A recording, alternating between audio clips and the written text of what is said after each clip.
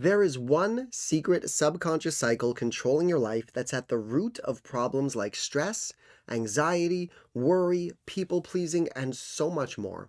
And healing these things doesn't need to be as complicated as people tend to make it out to be. I've had clients who had done decades of therapy, meditation, medication, CBT, DBT, EMDR, and anything else you can name before they found me. And don't get me wrong, those methods have definitely helped people. But in my experience, if you want to master your emotions as quickly as possible and finally just move on from these problems, there's one core issue that we all need to start wrapping our heads around. It's a simple feedback loop between the three elements of your experience of reality that takes one tiny trigger and blows it out of proportion, preventing you from actually releasing and moving on from that trigger in an appropriate amount of time. It takes an emotion or a worry that should last 90 seconds and amplifies it and extends it around and around in circles until the whole thing is completely out of control, lasting for days, months, years even, forming defense mechanisms and patterns that become ingrained parts of your personality. And it's honestly something so simple, so right in your face, and so fundamental that it always shocks me to think about the fact that no one ever taught it to any of us. It's the kind of thing that's shockingly obvious once someone says it to you. Like, you could go your whole life without ever stopping to recognize it on your own, but once I tell you what it is, you'll think, well, yeah, duh, that just makes sense. But since this is the first video that I'm making specifically for YouTube, let me take a minute to introduce myself. My name is Benji Scherer. I'm a mental health coach and emotional fitness trainer, helping high achievers and high-powered professionals, executives, and entrepreneurs learn to master stress and avoid burnout so that they can stay on track with their careers and their retirement goals without being derailed by a mental breakdown somewhere along the way. And so that they can actually just learn to enjoy their lives and get the most out of the success and freedom they've worked so hard to achieve, of course. The reason I use the term emotional fitness trainer is because this is about building muscle. Too many people treat mental health as an intellectual endeavor, analyzing, rationalizing, hunting down trauma, and trying to figure out where this all came from. Look, if you're stuck in a stress response, sure, I'm not denying that there is core trauma at the root of your defense mechanisms that caused you to build up stress instead of processing it appropriately. But do you really care about that? Or are you just trying to find it because somewhere along the way someone convinced you that finding and analyzing trauma was the only way to feel better? Well, let's look at it this way. If I explained to you why you had a headache, would that make the headache go away? Of course not. You'd say, well, that's great, Benji, but what do we do about it? And the same goes for your emotional struggles. If I explained to you the core trauma or the psychological logic underneath it all, that might be a nice revelation, but you'd still respond with, okay, but what do we do about it? My perspective is, let's skip ahead to the what do we do about it.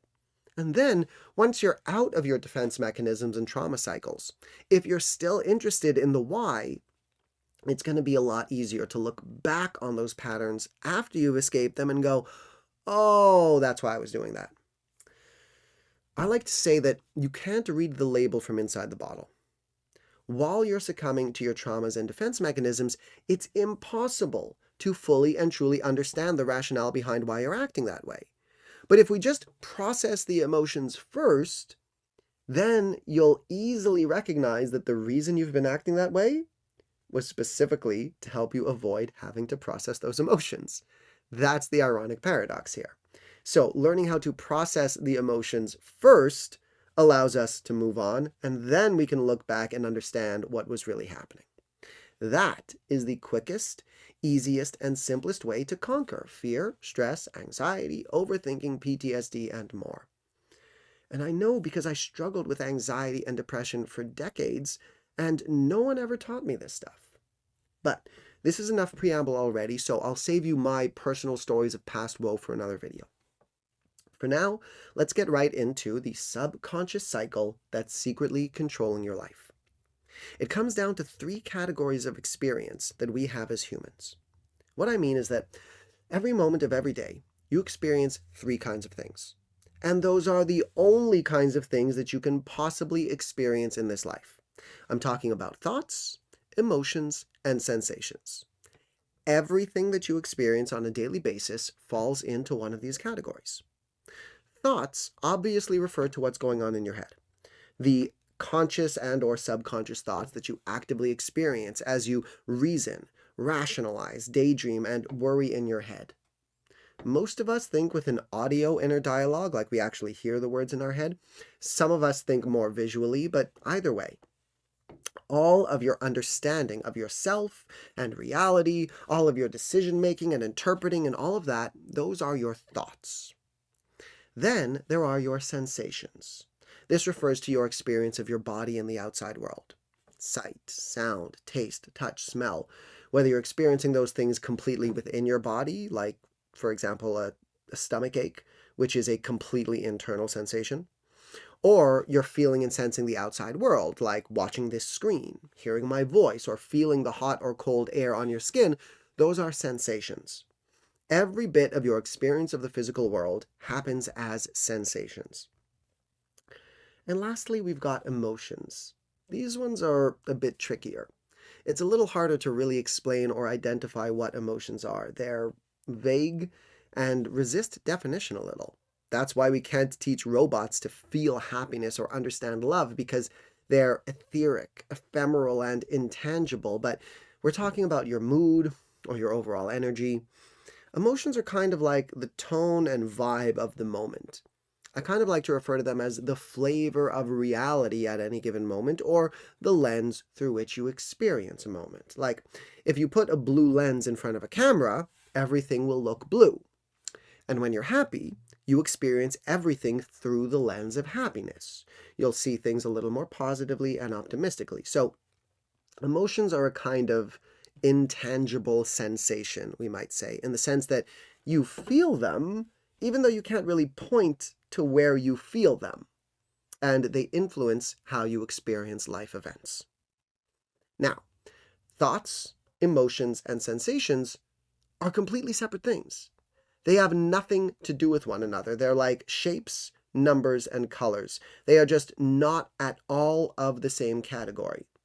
You can't multiply 27 by green because they're just different kinds of things. So, thoughts, emotions, and sensations can't affect each other directly. And yet, through your experience of them, they manipulate each other. When you happen to be feeling good, you tend to think more optimistically. But when you happen to be feeling down, you think more pessimistically. Then, those pessimistic, worried thoughts tell your body that there's a problem. So your body slips into a stress response, trying to protect you from perceived danger. Being in a stress response drains your energy and keeps you in a state of fear, fueling negative emotions. And then those emotions create more negative thoughts. Those thoughts create more of a stress response, and around and around and around we go in an ongoing feedback loop, exactly as I was talking about earlier. The problem is that you've never really noticed that this was happening, and you actively believed every part of this cycle. Let's go with an example. Imagine that you went to sleep feeling good one night, but you didn't sleep well, and so you wake up a little groggy.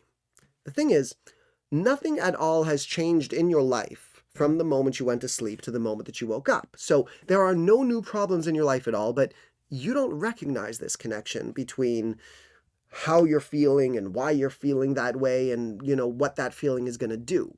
So then, because you're groggy, you're feeling a little tense and impatient. So you're not as chipper and optimistic and as patient as you usually are. As a result of that, when, for example, your morning coffee doesn't turn out as good as it usually does, you get a little more angry about it than you otherwise would. Then, because you're angry, you're walking around with tense shoulders and you're not taking proper deep breaths. And those tense shoulders and that shallow breathing keeps you in a stress response. So when you open an email and someone's rude to you, you get particularly judgmental, more so than you normally would. And so you respond with a little more anger than you normally would. And that gets the other person to respond back in a defensive way. And that triggers you even more and makes your day even harder. And by the end of the day, you're dealing with a whole bunch of new problems and telling yourself about all of these ways that life isn't going the way you think you want it to, all because you woke up a little groggy, and that lack of energy spiraled out of control into all of these other problems. And now, because you're telling yourself about how horrible life is and thinking about all of these new problems, you're fueling yourself with more fear and more stress that's going to keep this cycle going. Now, obviously, that's just one example off the top of my head that can't possibly account for everyone's life story or all of the infinite ways that this internal feedback loop keeps people stuck in fear, worry, and overthinking, but hopefully you can see my point a bit. The point is that you just haven't put those pieces of the puzzle together. You didn't stop to realize that you're only thinking a certain way because of the emotion and low energy that you woke up in. And you didn't stop to realize that the emotion that you're experiencing is being influenced by the fact that your body is in a stress response and thinks that you're in danger. And you didn't stop to realize that your body being stuck in this fight or flight stress response is happening because you're constantly worrying about things that don't bear being worried about. And you didn't realize how this looping cycle took a tiny problem and translated it into a bunch of huge ones. Basically, as I said, you end up believing every part of this cycle. You believe all the worried thoughts in your head because you're not acknowledging how they're being impacted by your sensations and your emotions. You're believing the subconscious message of being in danger that your body is sending you because you're not acknowledging how that's being influenced by your emotions and your thoughts. And you're believing that your emotions of fear, stress, and anger are legitimate reflections of real problems because you're not acknowledging how they're being manipulated by your thoughts, your sensations, and your overall energy levels. That's it. Your subconscious has been playing this dirty little trick on you where even though your thoughts, emotions, and sensations are completely separate experiences, you've been experiencing them as one jumbled mess, tricking you into letting one problem become three, and three problems egg each other on in a rising feedback loop, and then believing that each of those problems are accurate reflections of some real problem outside of you that you then need to figure out how to solve, which just gets you thinking and stressing more, and around and around and around we go. And like I said, now that I pointed out to you, it's pretty obvious, isn't it? I mean, of course your negative thoughts are keeping you stressed. Of course, walking around stressed and tense all day long is keeping you irritable. And of course, feeling irritable or afraid is keeping you thinking pessimistically. And of course, all of that loops around in a circle and gets you to act in ways that only bring new problems into your life, fueling that cycle even more. So, the only real question then is, how can you stop yourself from succumbing to this cycle every moment of every day? It's actually pretty simple.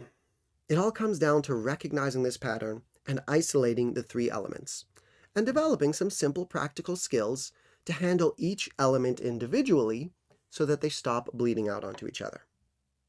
First, by recognizing that your thoughts are not accurate reflections of reality, it becomes pretty easy to start listening to your thoughts without believing them and without letting them trigger your emotions or your stress response. And then it's just a simple matter of responding to the thoughts in a way that actually fuels self-love without judging yourself for having the negative thoughts in the first place.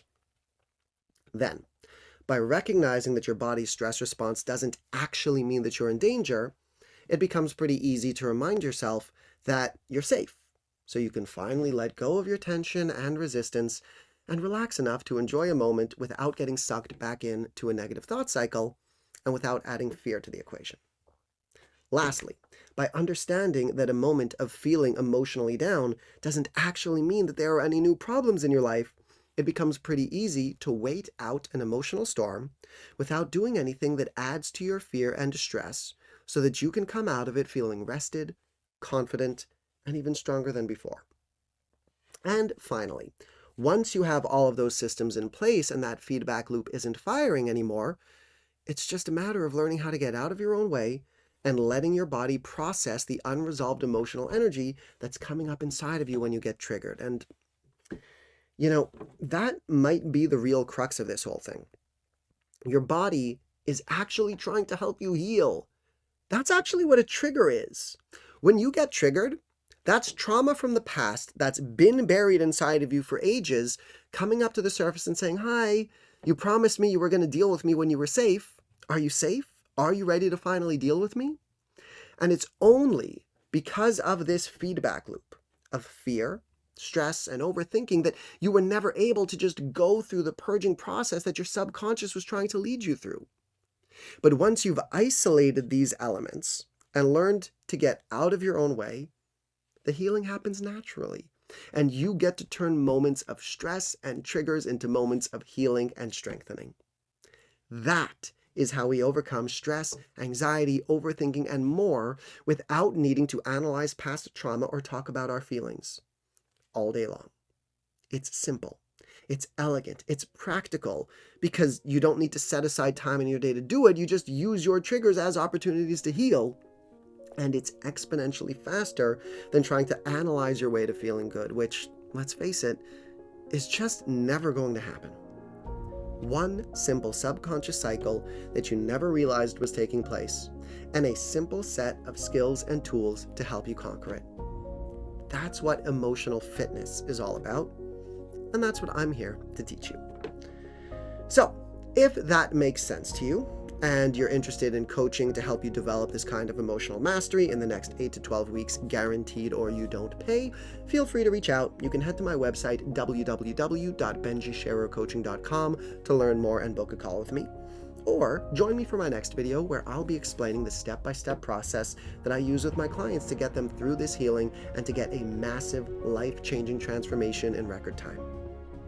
In the meantime, if you have any questions or comments, please do leave them in the comment section. I will read them and get back to you. And on that note, if you appreciated this video and my perspective, please do like, follow, share, comment, do all of those things. Thanks for watching. I hope you found this helpful, and I will see you soon.